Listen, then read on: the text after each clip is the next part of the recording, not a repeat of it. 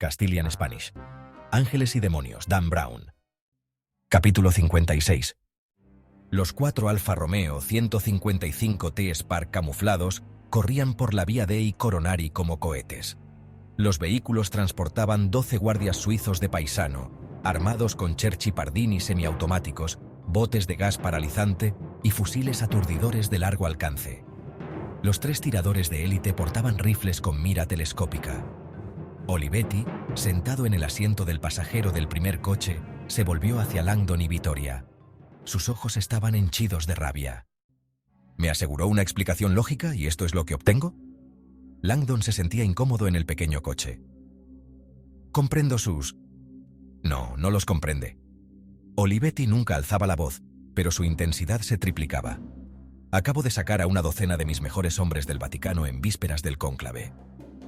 Lo he hecho para vigilar el Panteón, basándome en el testimonio de un norteamericano al que no conocía hasta ahora, quien acaba de interpretar un poema de hace 400 años. También he dejado la búsqueda de la antimateria en manos de oficiales de segundo rango. Langdon reprimió la tentación de sacar el folio 5 del bolsillo y restregarlo por la cara a Olivetti. La información que buscamos se refiere a la tumba de Rafael, y la tumba de Rafael está dentro del Panteón. Un hombre y su mujer... Tienen razón, comandante. ¿Cómo podría un asesino matar a alguien en un lugar tan visitado y escapar sin ser visto? Conduzca. El Panteón es nuestra única esperanza de detener a ese individuo. Solo debemos a la suerte saber cuál es el escenario del primer asesinato. Se han infiltrado en el CERN y en el Vaticano. Es evidente que los Illuminati tienen muchos recursos. Tendremos 4 oportunidades de cazar a ese tipo. Si el Panteón es el lugar correcto, podemos seguir el sendero hasta los demás indicadores. Una serie de indicadores. ¿No ha dicho que existía una especie de sendero? ¿Única esperanza? Más contradicciones. Eso había esperado. Y lo habríamos conseguido. Hace un siglo. Ya era dudoso que el sendero de la iluminación estuviera intacto después de tantos años, con todas las estatuas en su sitio. Pero Langdon había fantaseado en parte conseguir el sendero hasta el final y encontrarse cara a cara con la guarida sagrada de los Illuminati. Pero eso no iba a suceder. La historia era experta en gastar crueles jugarretas a quienes la estudiaban. El momento en que Langdon cayó en la cuenta de que el Panteón era el primer altar de la ciencia había sido agridulce.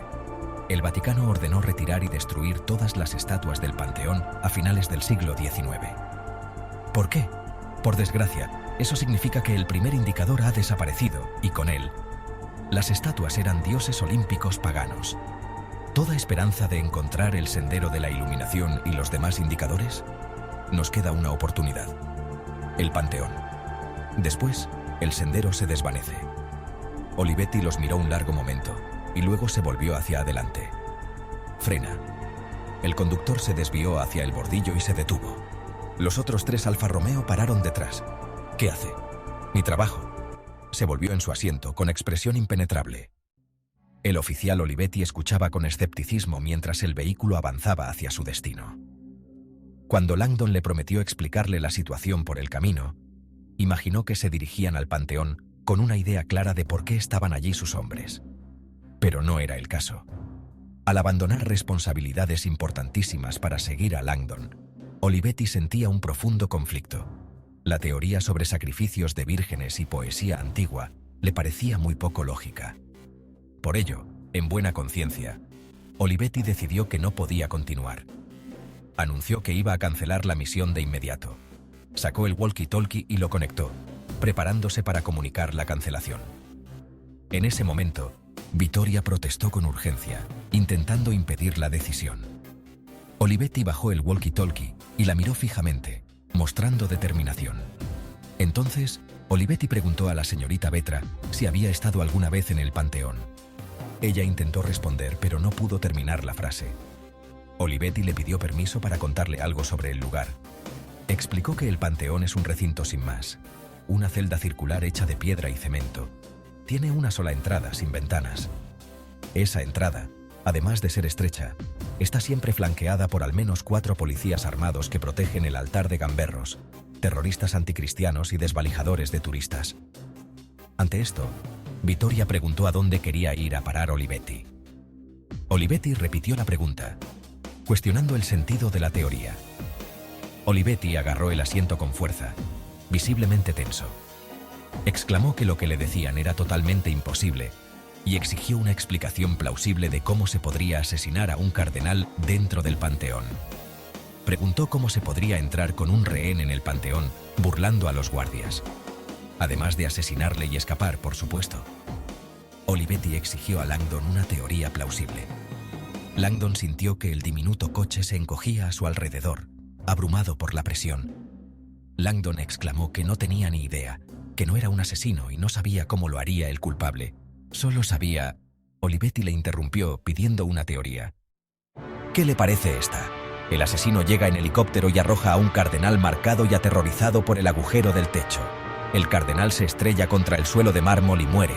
Todos se volvieron hacia Vittoria. Langdon no sabía qué pensar. Tienes una imaginación delirante, pero eres rápida. Es posible, lo admito, pero poco...